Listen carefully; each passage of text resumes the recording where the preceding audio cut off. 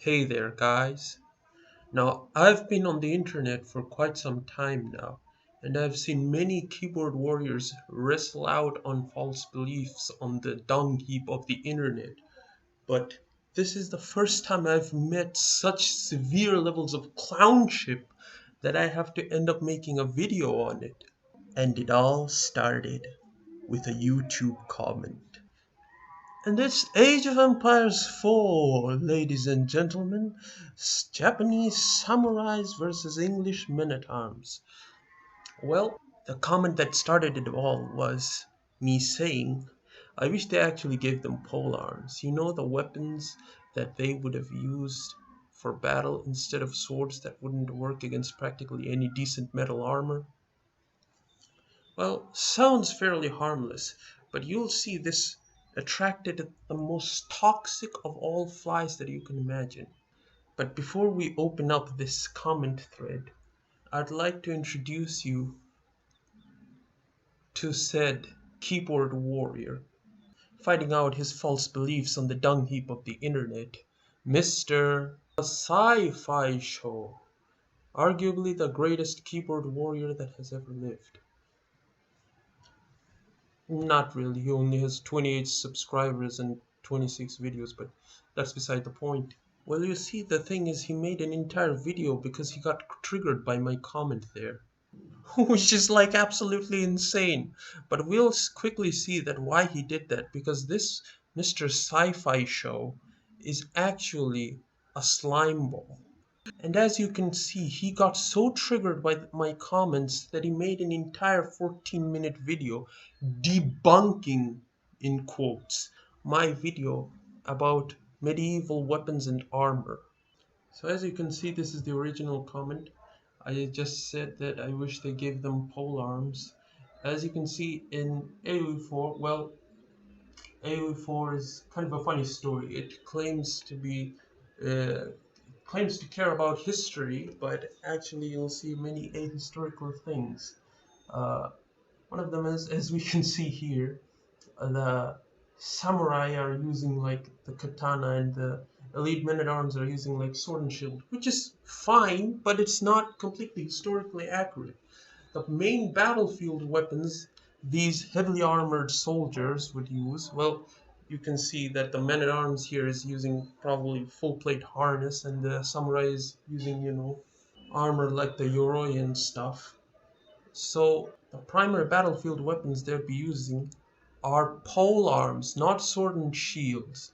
They would have been secondary weapons. Pretty much throughout the medieval ages, swords have been secondary weapons, sidearms, whereas the main battlefield weapons, the quote unquote assault rifles or machine guns of the medieval world, would have been polearms like halberds and poleaxes and stuff. But Age of Empires 4 has none of that. Nobody in this game, well, heavily armored soldiers actually use halberds, poleaxes, or anything. Spearmen line, they kind of do, but they're spearmen. But the actual heavily armored soldiers, like the men at arms and samurai, are using, swords instead of, things like halberds, poleaxes, yari, etc. And I made this comment complaining about that. So let's open up this toxic thread, shall we? You guys can read the comments here. I've got a Jowsy accent or something like that. He's commenting about this, to which I replied, my issue is with the men-at-arms line itself. They use swords and shields as their primary weapons, whereas in reality they would have used heavy-duty polearms that were effective against all types of armors. Things like poleaxe, back to Corbin, likewise the samurai could have been given the weapons like that, kind of different versions, variations of Yari, essentially Japanese halberds, Ono, etc., etc. And you can read. Now here's the deal. I Now here's the deal. I said they should use polearms as their primary weapons instead of swords and shields, which were in medieval times secondary weapons. That is, when you lost your primary battlefield weapon, it could get broken or, you could simply lose it or something. You would have used swords. They were sidearms, kind of like handguns to modern soldier once they lose their assault rifles or whatever. But the video this guy made completely misrepresents what I said, and he claims that I never said that medieval soldiers used swords and shields. Literally in the comment I said as their primary weapons. As their primary weapons. And you might think, well, he looked at the first comment and thought that you were actually dismissing. No, he looked at all the other comments I made, and I specifically said that primary weapons would have been pole arms, not swords and shields. And he still creates this straw man.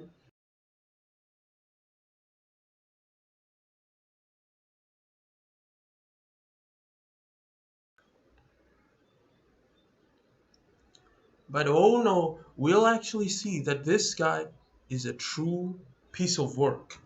Now I'll scroll through the comments here and you can see what's going on. And then, finally, here he is. He claims that that's not true. English men-at-arms did use swords and shields. In fact, it's stated by contemporary historians that they trained with them more than they trained with longbows. The idea that swords are ineffective against armor is a myth!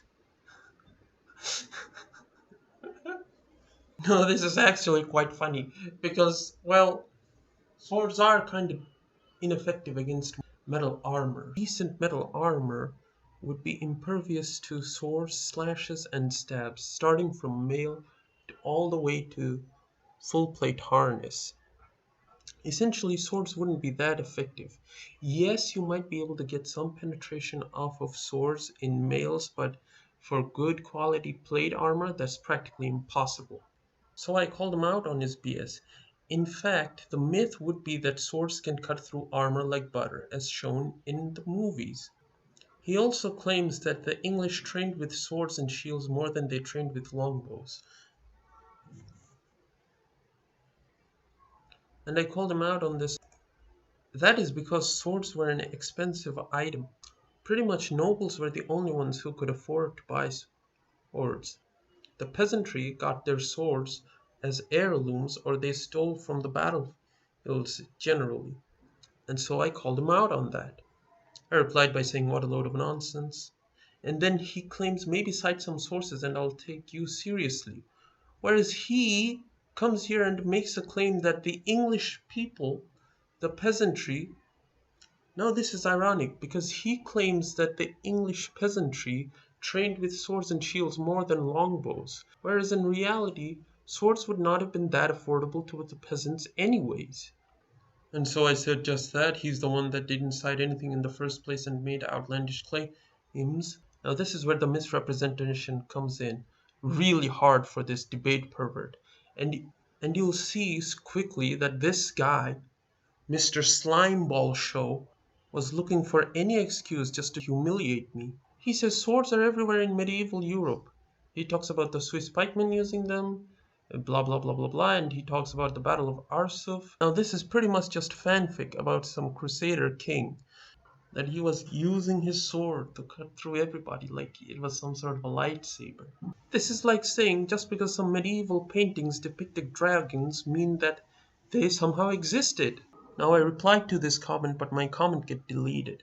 I replied by saying that swords were everywhere because they're made of metal, which helps preservation bias, and they're also a status symbol.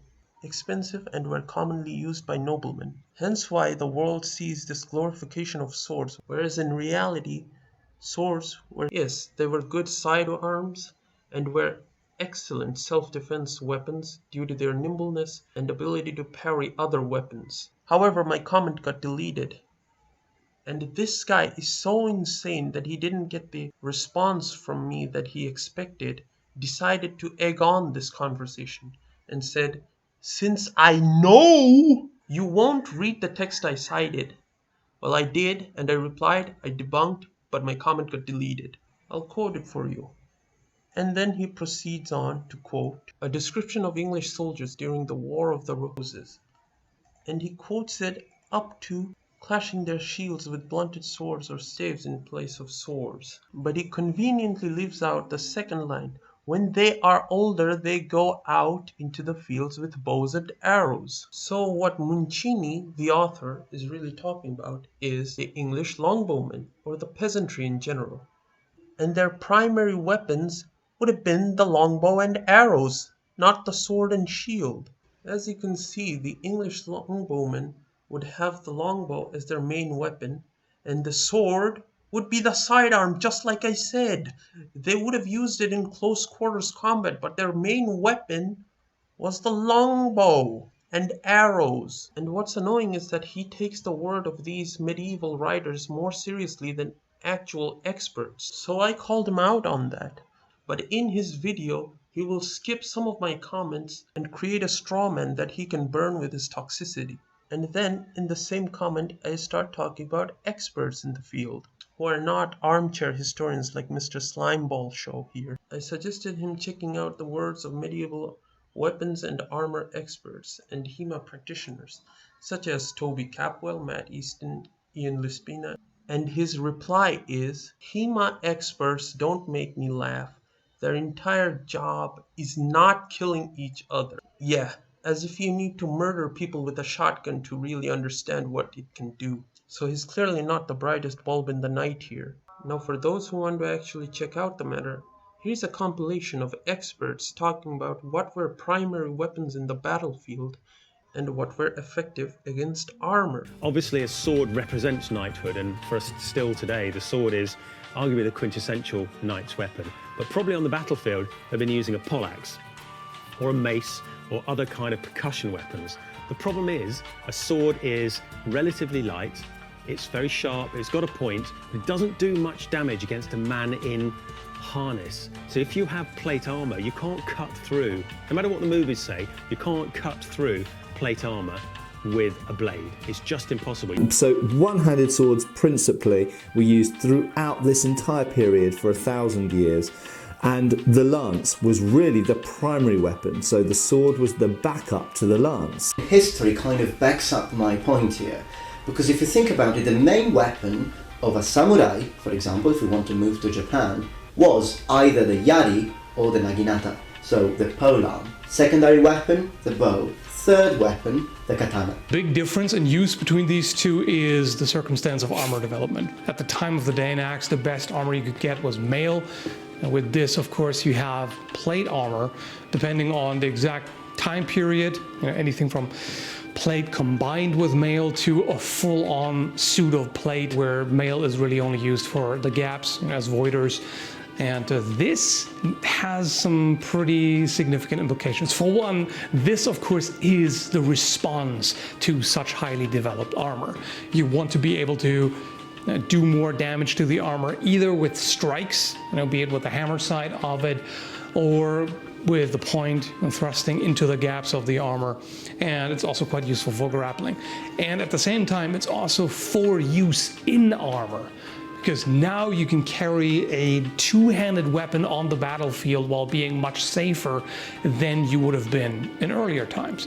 If you think about the presence of arrows and javelins and various other projectiles on the battlefield, carrying this is quite a significant risk if you don't use a shield. Aren't really necessarily all that underrated. Sure, they also typically get less attention than swords, but they're not quite as chronically overlooked as axes, I would say. If you look at history, this is the weapon.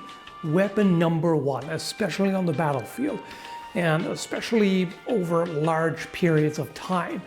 So as you can see, guys, even Scholargrim says that in the context of a battlefield, polearms such as the spears were the primary weapons. Poleaxes and other heavy-duty polearms like Bectecormans, Bectefaucians, etc. great anti-armor weapons. They had hammerheads and a lot of leverage, which could allow them to bypass armor. Scholargrim agrees with me. So I don't know what kind of kashoosh this guy is on about.